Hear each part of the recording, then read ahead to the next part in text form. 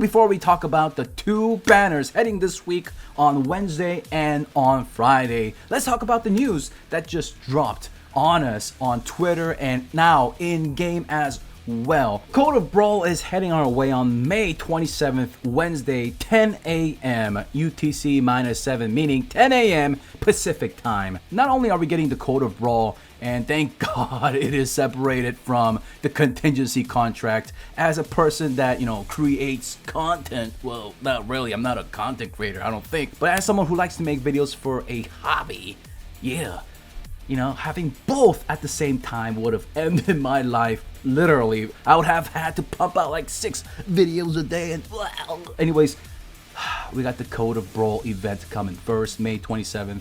And with that, we're getting the level cap increased from level 100. Right now, the level cap right now is 100, and it is getting bumped up to 120. And the sanity cap will also be increased from 130 to 135 at max level at 120, baby. Yeah. But not only that, for all those folks that have started the game and, you're a spender, you're supporting the game, there is a catch-up mechanic coming in where you can technically, just have unlimited sanity depending on how loaded you are in the wallet department. But we right now have 10 sanity refreshes a day with Arknights Primes. But starting May 27th at 10 a.m. Pacific, that goes away. That limit just goes away somewhere.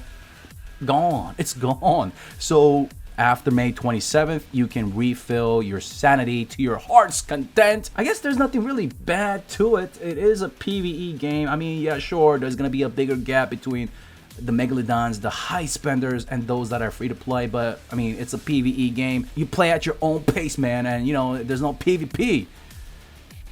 Yeah.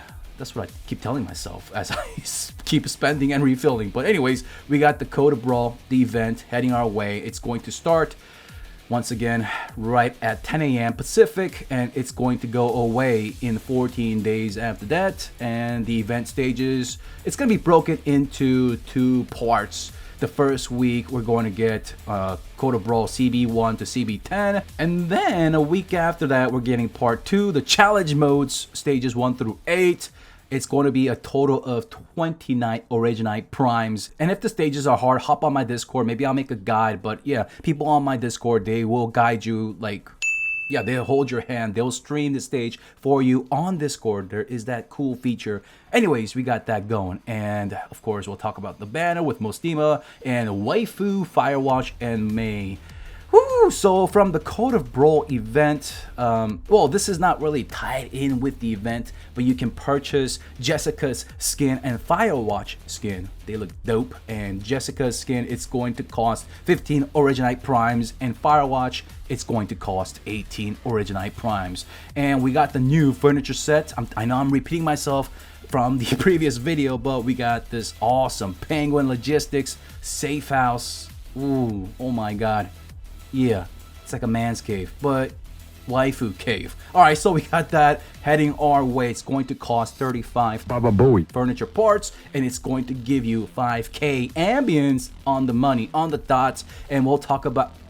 Yo, man. Yo, Star. Is this a coincidence? Like, you got the Blue Angel, Mostima up in there, and of course, you got Red... well, not Red Exia, but we got not Rexia, but we got Exia up in there. Rectile Exia. No, we got Exia up in there and Mostima. Is this the coincidence? Ooh, what are they doing, y'all? Alright, so did you guys know that Exia as well as Loppers, Lopland, and Mostima, they all got the same faces? They all got the same faces. They're pretty much drawn by the same artist. Someone's been telling me about that. I think, yeah. And Dreamy was talking about that too. That's cool. And we got Hoshi. Anyways, we'll talk about the banners in a little bit. Next up, we got the semi-countryside villa. It's going to the store, and it will not be... Yeah, you will no longer be obtaining these from lucky drops when you do certain stages, which we'll talk about. And the new furniture set is pretty much coming in right here. We got the Raymizar Oh my god, how do you even pronounce this? Ramzalar. Ramzalar Ballroom. Alright, this set looks cool. Is it literally just the dining hall? What the f? It looks like the Alliance, kind of a theme from the World of Warcraft. But anyways, we got the Ramzalar. Butchered the name. I know I butchered the name. We got the ballroom themed furniture coming in that you get from doing the stages, and it's not going to be available from challenge mode, extreme mode, tutorials, annihilation, and trips. But outside of that, you have a chance to obtain the pieces. Yeah, so that's it for the news. That's a lot. So one more time, the thing that is really cool is the level cap going to 120. The sanity refill is, the limit is going away. So newer whales, or any whales for that matter, they'll be happy. They can, yeah, they can literally farm all day. Holy crap. That puts me at a tight spot, man. Like, do I keep farming all day as a content creator? You know, content creator. I'm not really a content creator, man. I'm just a regular gamer like you that makes videos on the side. Anyways, that puts a little pressure on me monetarily. I still want to do giveaways, but we'll see. We'll see. I mean, once again, I told myself it is a PvE game. Like, there's no, I mean, you're not here to flex anyways. But we got that going. Let's talk about the banners. Yeah. Oh, and speaking of the giveaway, I almost forgot. Well, no, I did not forget. All right, I did not forget, but we'll be picking the winner for 25 USDs from the previous video towards the end of this video. And later on during the week, I'll be dropping a video, tweets, all of that stuff. And what we're going to do is, just like Schwartz banner, we're going to pick someone who does not have a Mostima, and we're going to try. I'm going to try doing it live stream. I'll buy a certain pack. I haven't decided on which one, but I'll try to pull a Mostima. And I've saved up all the money that I got from donations in the live streams, as well as the YouTube membership. Yeah, so I'm going to use all of that to hopefully help someone who did not get a Mostima copy to get them a copy with the funds that I have. Anyways, I'll be picking. I'll let you guys know more about that in a separate video, but I'm hyped. You should be hyped. I'm hyped, man. My nipples are hard, but let's go. All right, so Bison is a defender that we'll be getting for free.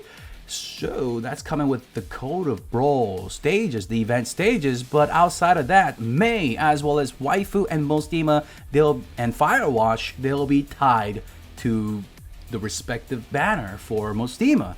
So let's talk about May. Is there anything really special about her? Is she like a must-have 4-star operator like Myrtle? And the answer to that is no.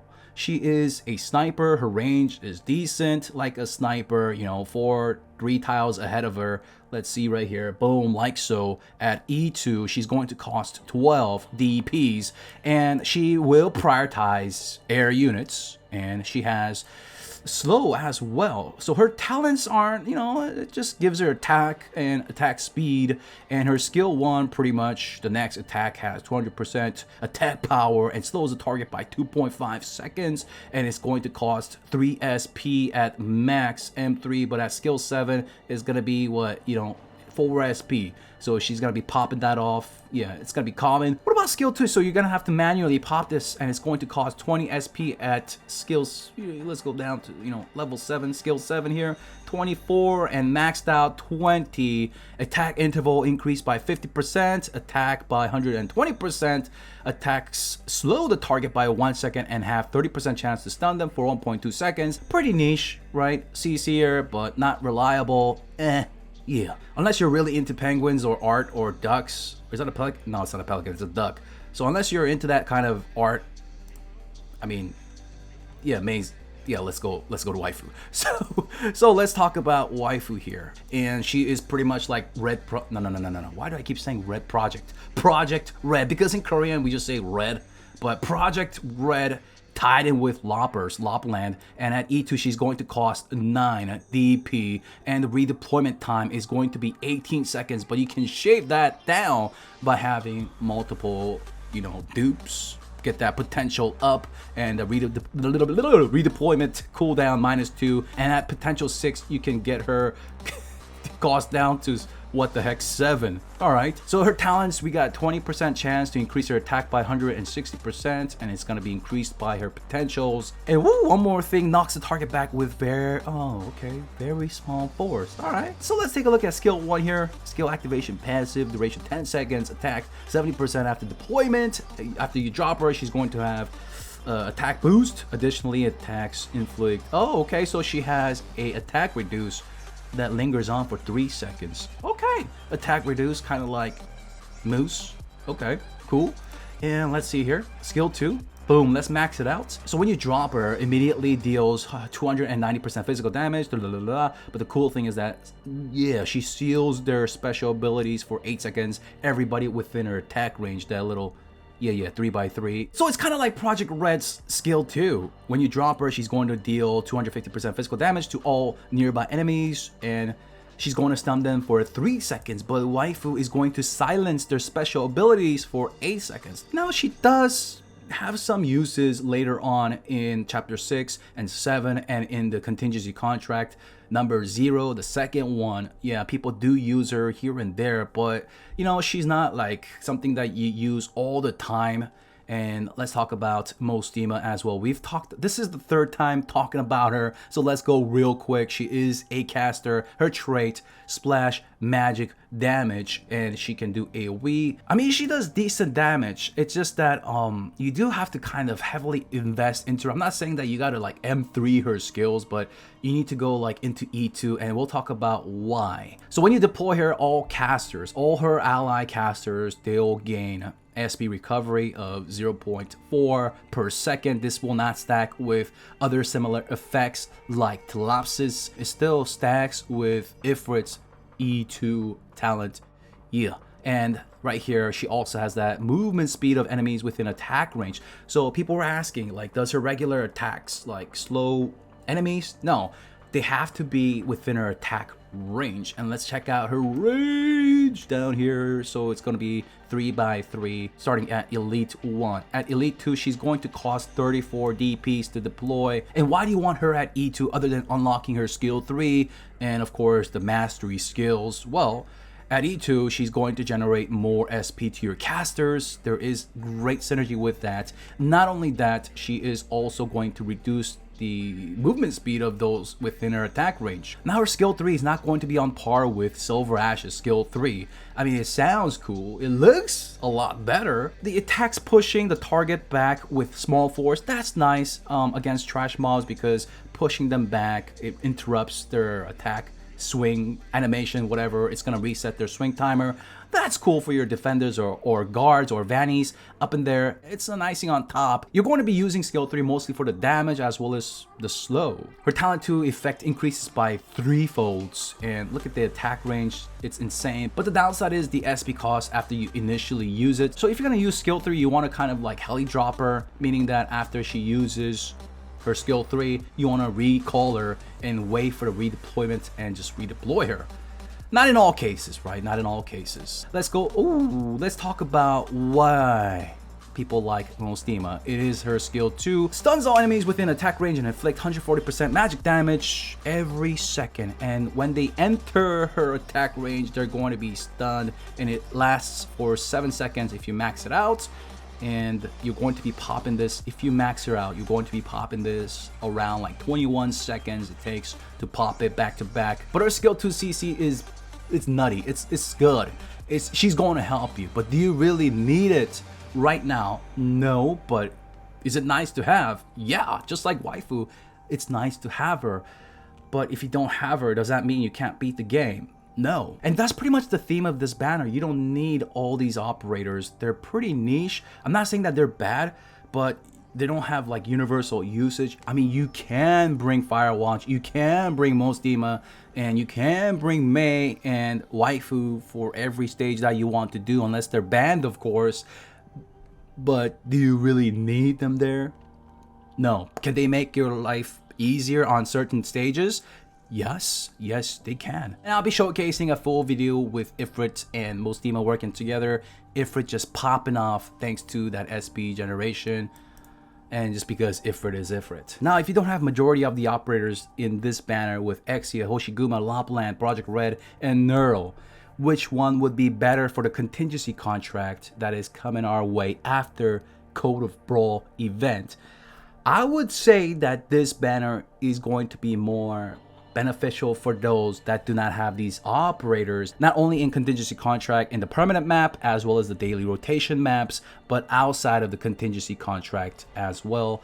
Lopland, Neural, Project Red, they are highly used in the contingency contract, in the first one, in the second one. Same goes with Hoshiguma. Exia for the daily rotation maps. I've seen multiple clips of her being used in Area 59 to clear level 18. I'll show you that as well in the following videos sometime very soon.